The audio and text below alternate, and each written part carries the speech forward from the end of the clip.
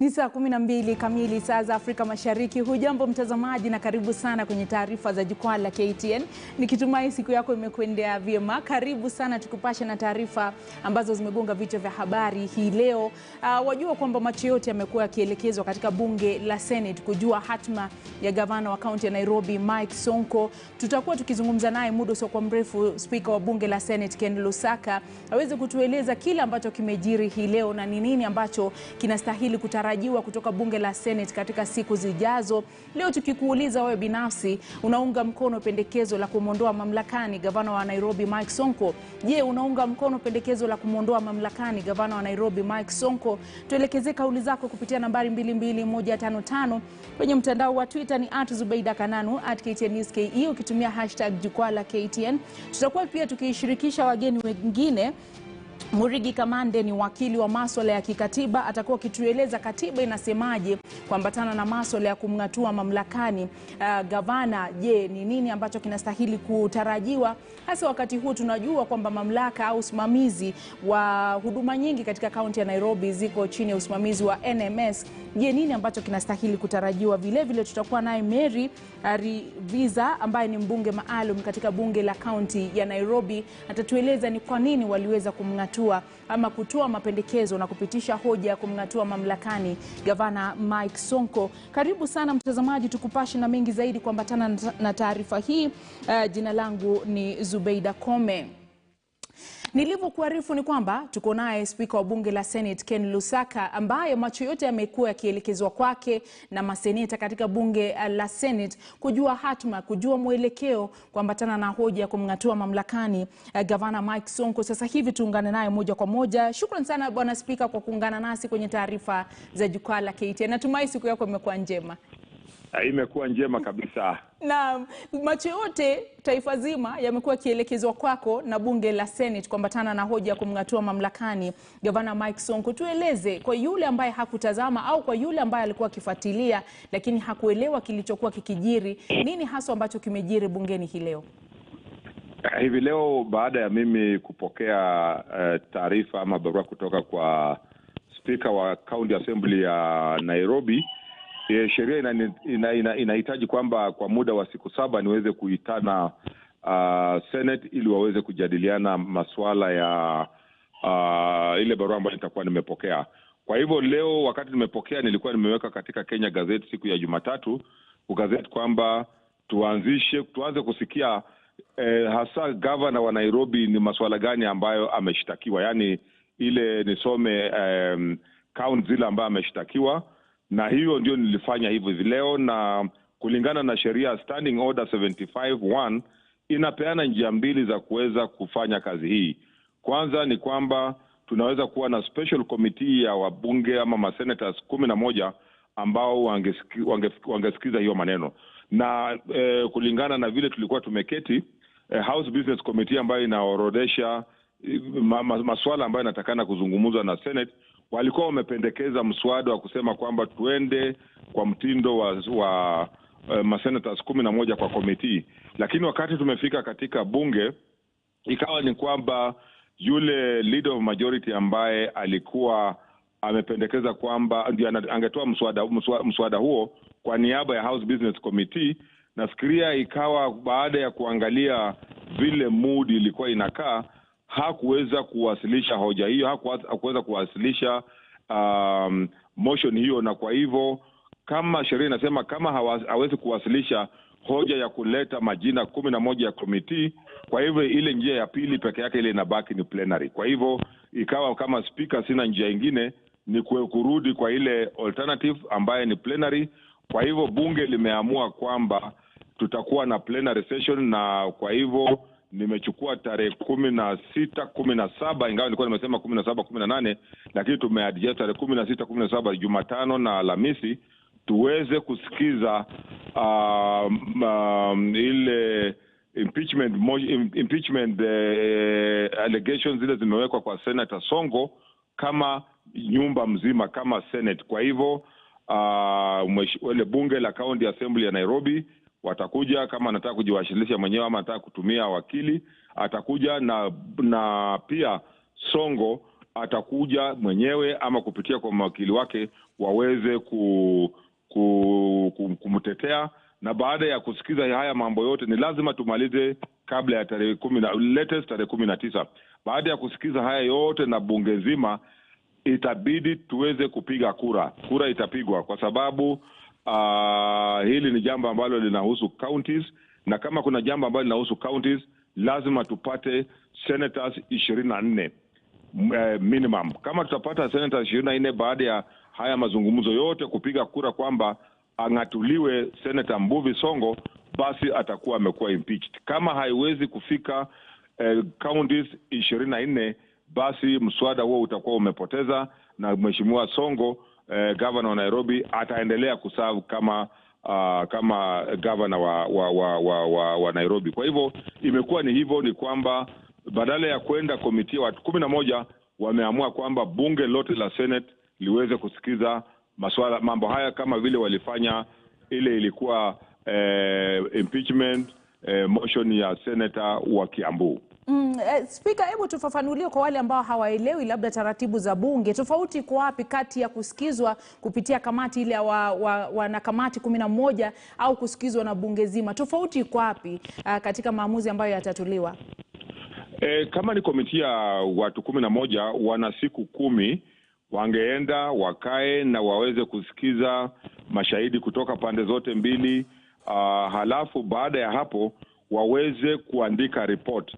Na hii report, kama wakati unajua ile mahali tofauti iko ni kwamba kama komiti wangeenda kuangalia na waone kwamba hakuna senator, tuseme Governor Songo hana hatia kwa zile allegations zote, wamesema mambo hayo yangeishia hapo na bunge la Senate halingekuwa na uwezo wowote tena wa kuweza kujadili maneno hayo, kwa sababu ingekuwa kwamba ni ile job board la watu 11, komiti 11 vile wameamua kwamba pengine hana hatia, ndio maneno ingeishia hapo. Lakini kama komiti ya watu 11 ingepata kwamba masuala ambayo County Assembly ya Nairobi inauliza ina msingi, basi wangerudisha tena katika bunge la Senate, halafu pia ijadiliwe, halafu kura iweze kupigiwa. Tofauti ni kwamba kama komiti ikipata kwamba hana hatia yote, watu 11 ndio wangekuwa wanaamua kwamba mambo hayo yamemalizikia hapo, ingerudi tena kwa Senate nzima kuweza kusikiza. Lakini sasa wakati huu wakikuja ni County Assembly itajaribu kueleza kuprove kwamba zile allegations ambao wamefanya ziko sawa, na Songo atakuwa anajitetea kwamba yale ambao wamesema sio ukweli. Baada ya kusikiza hizi zote, bunge la Senate sasa watakuwa na retreat kidogo waweze kuzungumzia, halafu baadaye mimi kama speaker nitauliza basi waweze kupiga kura. Wakipiga kura vile nimesema, ikiwa wamepata senators 24 kusema kwamba Governor Songo ang'atuliwe kama governor wa Nairobi, itakuwa imeenda hivyo. Kama hatutapata masenators 24 kuweza kusupport, then mswada huo utakuwa umeanguka na Governor Songo ataendelea kuwa kama governor, na hiyo inaweza kurudishwa tu baada ya miezi 6. Kwa hivyo kura ikipigwa na ianguke, inaweza kurudishwa tu baada ya miezi 6, lakini ikipita pia mambo yake kama governor wa Nairobi itakuwa imeishia hapo. Naam, umejibu swali ambalo ningeambatanisha kwamba endapo uamuzi wa Seneti ndio wa mwisho au kuna uwezekano kwamba bunge la county linaweza kurejesha tena hoja hiyo katika bunge la Senate. Nashukuru sana umeweza kujibu hilo, kwamba kuna kesi mahakamani dhidi ya Governor Sonko inaweza kuathiri kwa vyovyote vile mchakato ambao utafanyika katika bunge la Senate. Unajua, tuko na kitu tunaita independence of institutions. Kwa hivyo bunge la Senate ni bunge ambalo linajitegemea. Kwa hivyo hatuwezi hata order ikitolewa haiwezi kusimamisha masuala ambayo yanaendelea katika bunge la Senate. Bunge la Senate iko independent, judiciary iko independent, executive iko independent. Kwa hivyo bunge tu ile judiciary inaweza kufanya ni kungoja uamuzi wa Senate. Kama Senate imefanya uamuzi, basi yule ambaye hajaridhika anaweza kwenda kotini, alafu koti itakuwa sasa na uwezo wa kuweza kuangaza kuona kwamba procedure ilifuatwa ama haikufuatwa. Lakini kwa wakati huu judiciary haiwezi kusimamisha mazungumzo ya Senate kuendelea kufanya kazi yao, kwa sababu tuko na mandate yetu na sisi tuko kama an independent institution. Wanaweza kungoja tu, ni vile tu kama sisi pia kama Senate hatuwezi kwenda kusimamisha masuala fulani ambayo yanaendelea katika tuseme kotini. Lazima tungoje yakimalizika ndio tunaweza kuona kama hiyo sheria ilifuatwa ama haikufuatwa. Shukran sana Spika wa bunge la Senate Ken Lusaka kwa kutuelimisha kuhusu yale ambayo yamejiri katika bunge la Senate hii leo. Shukran sana kwa muda wako bwana Spika.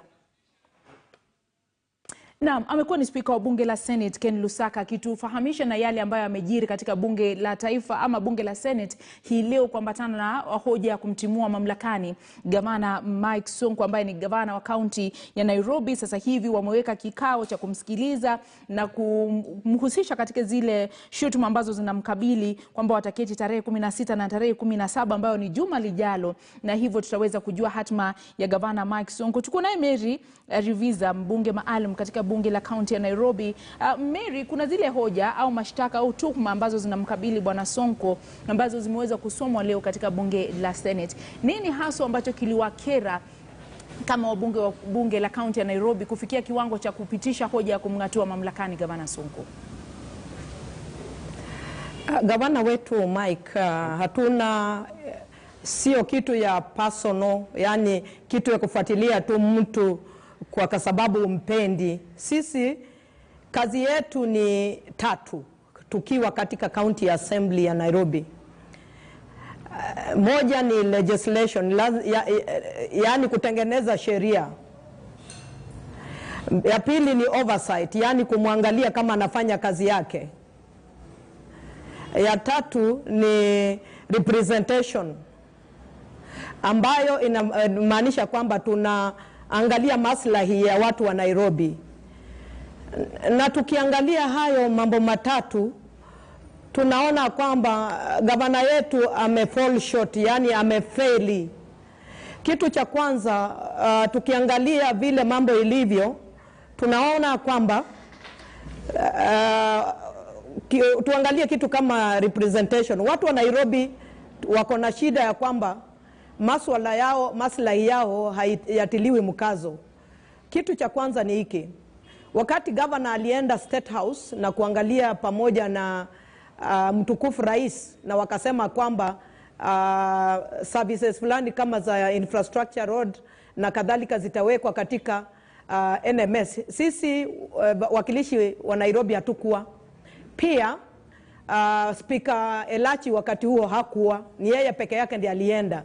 Kitu kimetukera ni ya kwamba sasa gavana wetu anasema hataki kufanya kazi na mheshimiwa ambaye amepewa hiyo kazi, ambaye ni Major General Badi. Hataki kufanya kazi na yeye, na anasema ya kwamba hataki, na sisi hatukujua hata ni nini alienda kuweka signature kule. Kitu cha pili ambacho kimetukera ni kwamba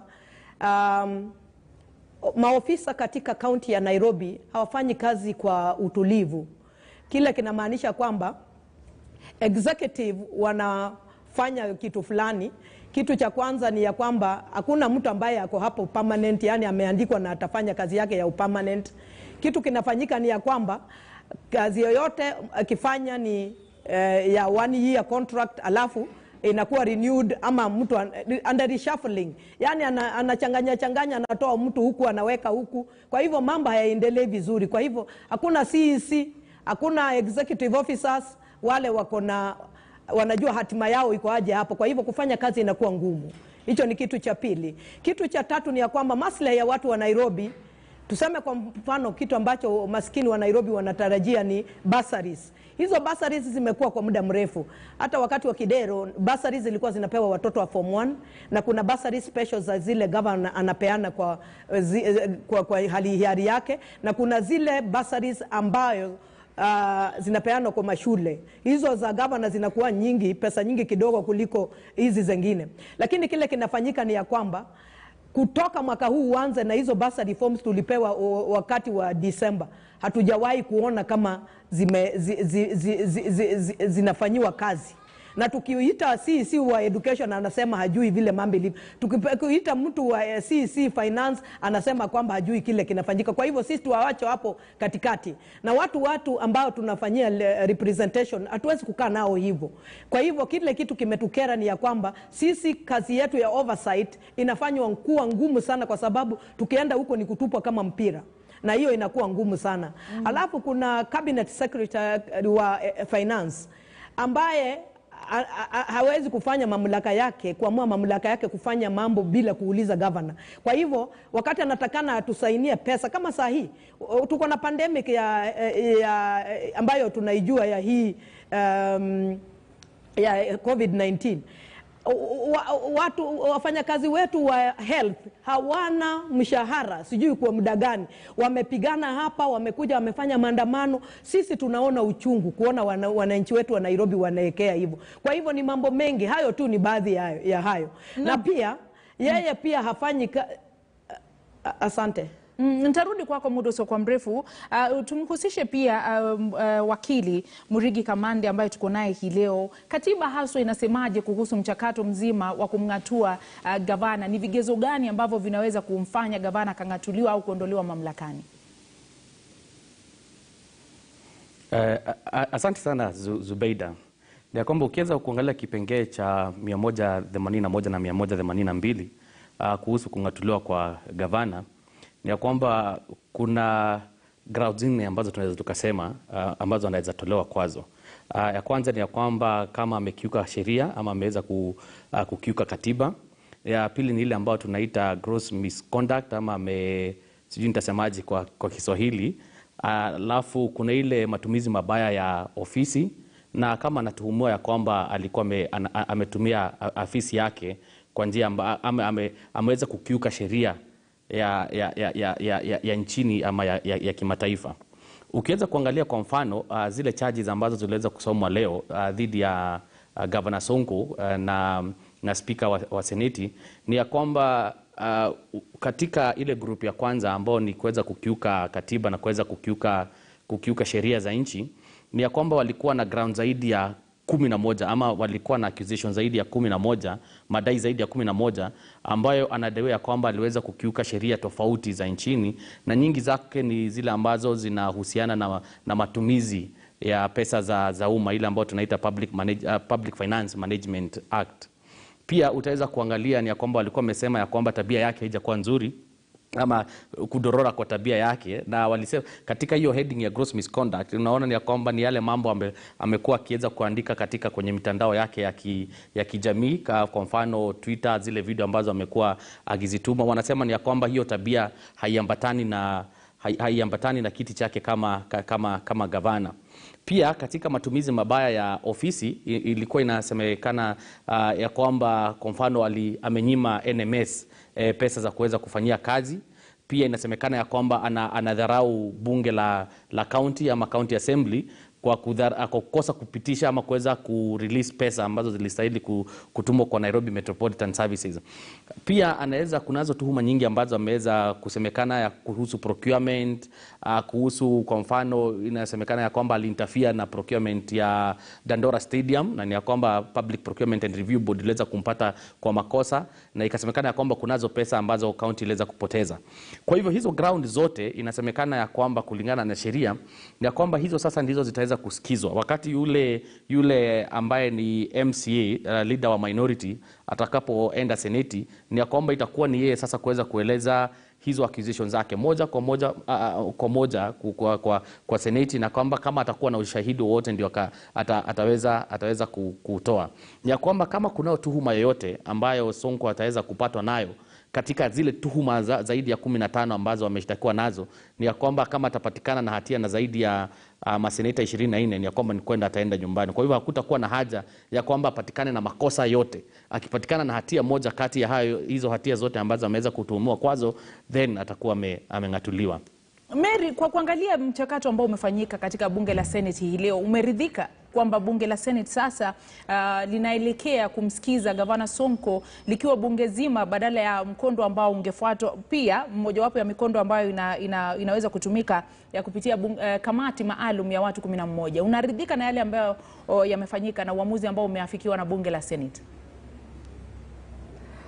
Bunge la Senate vile Mheshimiwa Lusaka amesema liko independent na liko na procedure hizo mbili ambazo wamepeana. Naona hiyo procedure ambayo wamefuatilia ni nzuri zaidi, kwa sababu mambo ya muhimu sana hapa Nairobi ni ya kwamba hii nchi yetu ya Nairobi mji wetu wa Nairobi ambayo ni mji mkuu wa Kenya, na sio tu mji mkuu wa Kenya, ni katika hii kanda ya Afrika Mashariki na Kati. Huu ndio mji ambao una mambo mengi sana, hata mambo ya kimataifa. Kwa hivyo naona kwamba yani kuspread the net, yani kupeana nafasi ya watu wengi kufafanua mchakato huo ni vizuri zaidi kuliko watu 6 peke yake ama 11. Kwa hivyo naonelea ni sawa, na kwa sababu hayo mambo tumesema sio mambo ya personal, ni mambo ya huduma ambazo tumewekwa Nairobi kufanya. Sio ati hatutaki tu governor kwa sababu ya yeye governor kukua hivyo. It's not personal. Na nikisema hivyo si personal, ni hali ile kazi tumepewa hapo, kama yeye kama gama amefanya hiyo kazi. Je, sisi kama wakilishi wodi tunafanya kazi yetu ambayo tumewekwa hapo? Kwa hivyo naona kuchagua hiyo ambayo itakuwa na watu wengi ili kila mtu aridhike na apeane njia ambayo tutaelekeza ni nzuri zaidi.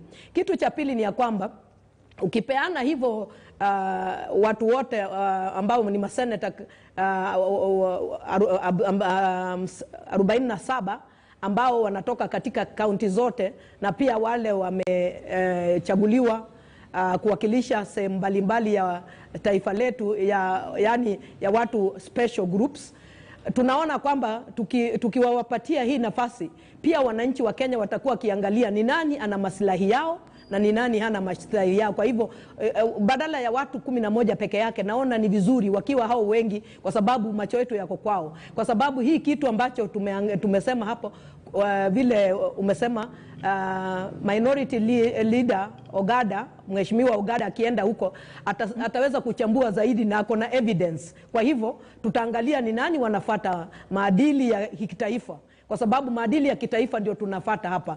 Je, huyu ni mtu ambaye ana maadili mazuri ya kuongoza mji mkuu wa Kenya, na sio mji mkuu peke yake, GDP ya 65% ya Kenya.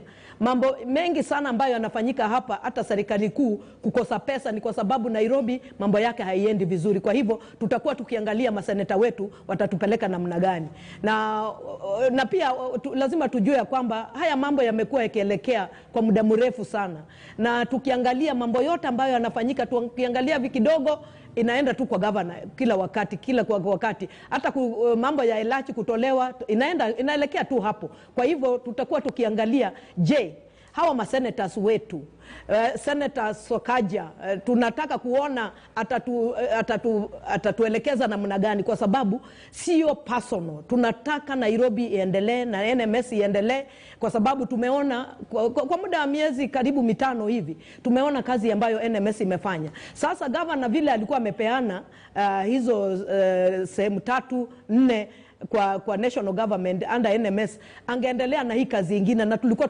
tumesema kwamba na president aendelee. Lakini sasa vile tulimpatia hiyo nafasi ya kuendelea, bado haendelei, bado hata saa hii wafanyakazi wa county, wafanyakazi wa Nairobi County Assembly, sisi wote tunaenda Christmas bila pesa.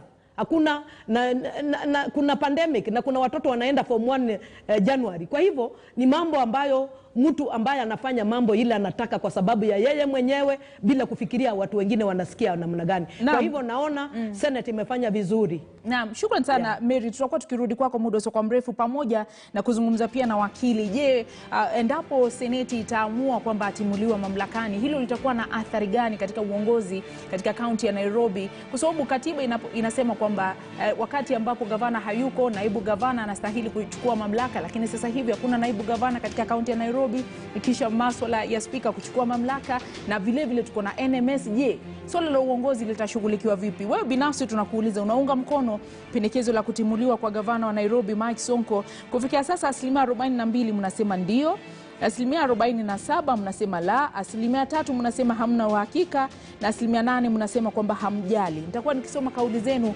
muda sio kwa mrefu. Tuingie mapumzikoni, tutarudi na mengi zaidi na kusihi usiondoke.